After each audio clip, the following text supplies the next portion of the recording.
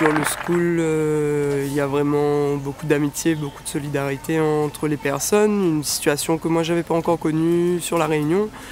Donc il y a dans l'association, dans la fondation où je suis, sur une petite équipe peut-être 10 personnes comme ça, on arrive ensemble à tenir bon, avoir des rapports entre nous, qui nous respectons les uns les autres, mais à une plus grande échelle de 20, 30, 40, 50, 80, 90 personnes. C'est la première fois moi, que je rencontre cette expérience et avec les frères et sœurs de l'océan Indien, c'est vraiment une très belle émotion sur la politisation justement de toute cette question de l'environnement. C'est un grand chantier pour nous pour l'avenir. On vit sur une île, toutes les îles n'ont pas le choix que de les unes les autres s'entraider et parler de nos difficultés par rapport à la mer ou la montagne. Donc dire que ça fait partie aussi d'un mouvement politique, clairement, que de s'allier, de créer des espaces collectifs où parler de nos difficultés, que ce soit individuelles ou dans les quartiers, ou là où on exproprie les gens pour des chantiers ou pour faire des choses qui ne profitent pas aux Moon eux-mêmes qui sortent de ce quartier-là, c'est très très important. Il ne faut pas, pour moi en tout cas dans les mouvements écologiques, pas uniquement penser comment on protège un pied de bois ou comment on va protéger un morceau de la mer ou un endroit, un paysage. C'est aussi de Moon, ils vivent dans ces paysages et ces Moons-là, ils sont autant à être protégés dans leur nature, leur environnement que les autres. Ça fait partie des très bonnes surprises de la school, hein, pour moi vraiment.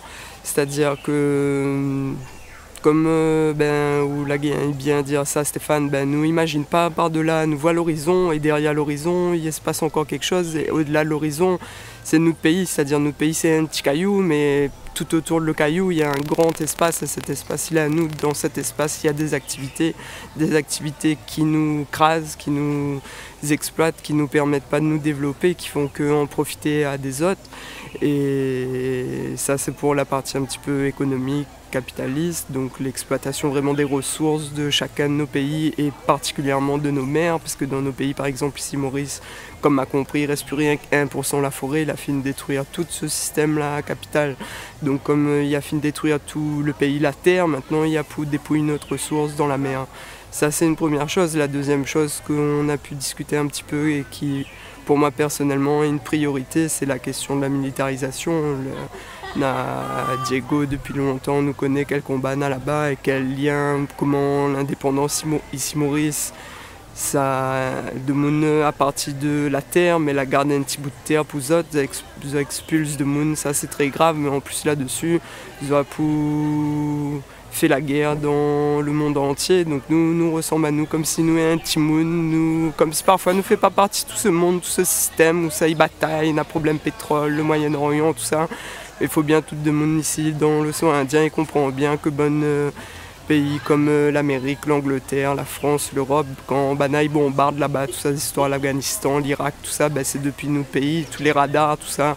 L'antenne Oméga par exemple à La Réunion, on m'a toujours dit, mes parents m'ont toujours dit, ça c'est pour l'antenne, pour la télévision, mais c'était pas pour la télévision du tout. Maintenant depuis qu'ils ont enlevé l'antenne, on connaît bien, c'était un radar pour regarder qui ça passe dans les eaux.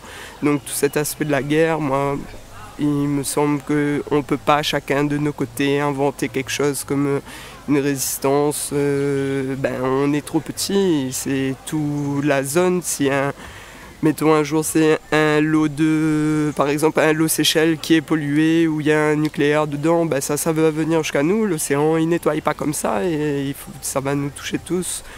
Donc cette question de la colonisation et de l'indépendance, c'est aussi la question de la libération des peuples en entier, pas que chacun de son côté, comment les gagne son manger, comment les gagne en sortent dans son famille ou dans ses histoires pour lui-même. C'est nous tout ensemble, comment si de Mouna ils sortent, ils arrêtent de faire la guerre autour de nous, dans nos mers, alors que nous ne voient pas rien, parfois nous ne connaissent même pas ça pour faire la guerre juste côté nous, nous ça n'a pas avancé. Merci et ce moment-là vraiment, comme l'a dit, m'a compris vraiment autour de peut-être l'idée d'écosocialisme m'a appris beaucoup de choses sur cette question-là pendant le school. C'est très important sur le plan de la politique dans l'océan Indien. Et moi, Mirod aussi, comment entre frères et sœurs dans l'océan Indien nous peut avancer pour faire des camps aussi peut-être au sud de la côte africaine ou dans notre propre pays. Je pense par exemple Mayotte, côté Mayotte, on a 10 000 morts depuis 1975. Nous coupe Mayotte, deux autres frères Comores et les frères Comores, des frères Maoré et de Mouni morts dans la mer depuis des années, pas personne n'y cause de ça. Donc au bout d'un moment, la guerre c'est vraiment la mort et on a de Mouni morts, personne n'y cause pas de ça du tout, alors que ça c'est un système français, c'est la France là découpe l'archipel des Comores, donc nous avons besoin de trouver Anna, a besoin de trouver à nous, il faut nous changer ce système là.